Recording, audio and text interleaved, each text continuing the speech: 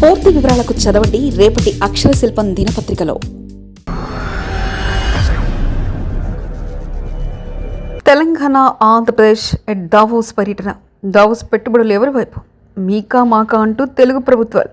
ప్రపంచ వాణిజ్య సదస్సులో ఎవరిది పై చేయి? ఇప్పుడు తెలుగు రాష్ట్రాలన్నీ మరో సవాల్ ఎదురైంది. అసలు దావోస్ పర్యటన తర్వాత తెలుగు రాష్ట్రాల్లో ఏ రాష్ట్రానికి ఎక్కువ పెట్టుబడులు వస్తాయి, ఏ రాష్ట్రం ఎక్కువగా పెట్టుబడులు సాధిస్తున్నారనేది ఇక్కడ పెద్ద ప్రశ్నగా మారింది.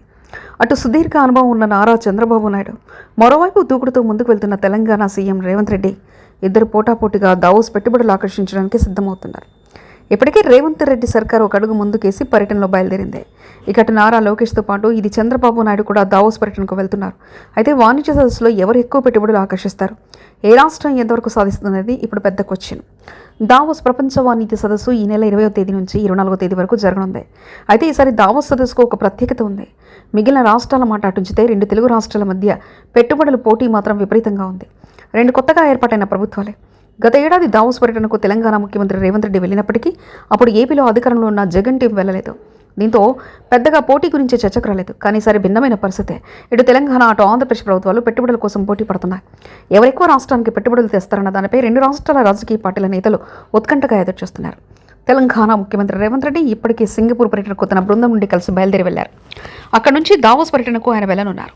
గత ఏడాది తెలంగాణ ప్రభుత్వం 40,232 కోట్ల మేరకు పెట్టుబడులకు సంబంధించి అవగాహన ఒప్పందాలపై సంతకాలు చేసినట్లు ప్రకటించింది. అయితే ఈసారి అంతకు మించి రావాలి. అయితే తెలంగాణకు ఒక వరం హైదరాబాద్ నగరం.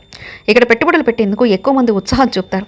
అందులోనూ పోటీ తీవ్రంగా ఉండడంతో ప్రభుత్వం కూడా పెట్టుబడులు పెట్టే కంపెనీలకు రాయితీలు ప్రకటించే అవకాశాలు ఉండడంతో రేవంత్ టీం ఏ మేరకు ఈసారి దావోస్ మీట్లో సక్సెస్ అవుతుందనేది చూడాల్సి ఉంది. మరోవైపు చంద్రబాబు నాయుడు కూడా దావోస్ పర్యటనకు వెళ్లనున్నారు. ఆయన బృందం కూడా ఇప్పటికే దీనిపై కసరత్తులు చేసింది. ఏపీ నుంచి కూడా ఈసారి గట్టి పోటీ ఎదురయ్యే అవకాశం ఉంది. అనుభవం ఉన్న నేత చంద్రబాబు కావడం ఇక్కడ అనుకూలత.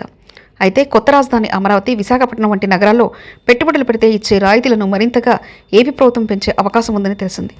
తెలంగాణను మించి అవగాహన ఒప్పందాలు చేసుకోవాలని చంద్రబాబు భావిస్తున్నారు.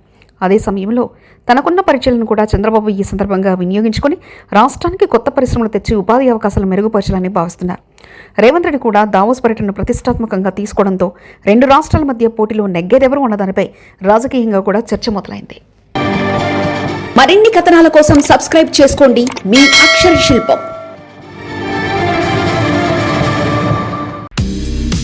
పూర్తి వివరాలకు చదవండి రేపటి అక్షర శిల్పం దినపత్రికలో.